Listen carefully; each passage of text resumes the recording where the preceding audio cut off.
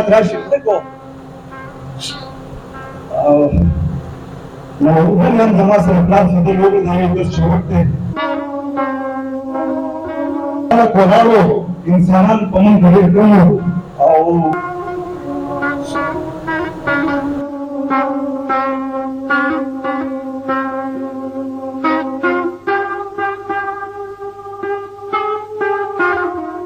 بسم الله الرحمن الرحیم السلام علیکم زه خو اولو د ټولو صحابیانو او خاص کر زمونږ صدر صاحب رسول الله جان کله چې سخته وه او په اپریشن کې لګیا وم شو د غاړې ته کو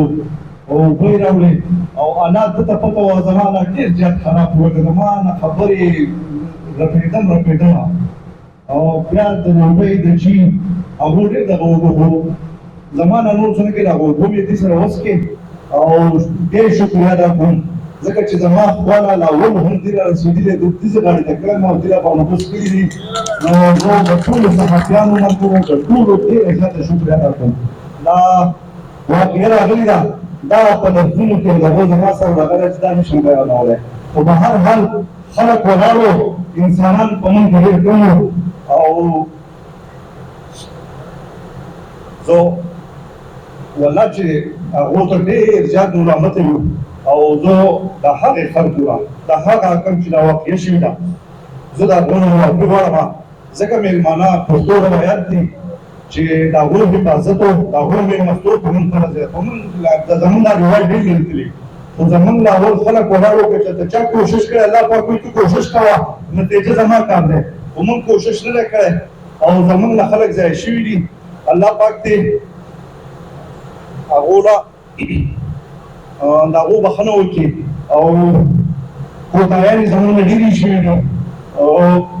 کوشش کوئ داسې واقعیات راشي زده کو نو نن زما سره پلان خبرې وکړې دا یو څه وخت دی په ځواب زړه په دماغ راتلم او یقین وکړم زړه مې ډېر زیاته کو او زه چې کله چې ته دغه شم نو کلک سړی یم ګوره دا مړي دا کارونه چې دا د پنځه کم څلوېښتو کارونه دي چې زموږ د دنیا په سرونو مړي او بله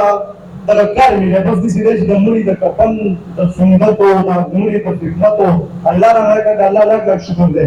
خو په دې واقعې باندې انتهایي خفه یم او زه بیا یو ځل د دغې خلکو نه معافي غواړم معذرت دې غواړم موږ هغه بد نه کړو الله پاک دې په موږ ټولو کې انسانیت پیدا کړي او موږ ټول خلک هسې ولاړو خو انسانان نه به ډېر کم الله پاک کړو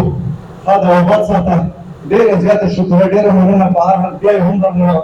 مینه راکړه او حوصله یې وراکړه نو زه هم د ټولو زیاته شکریه د صدر صاحب او د ټولو ملګرو زموږ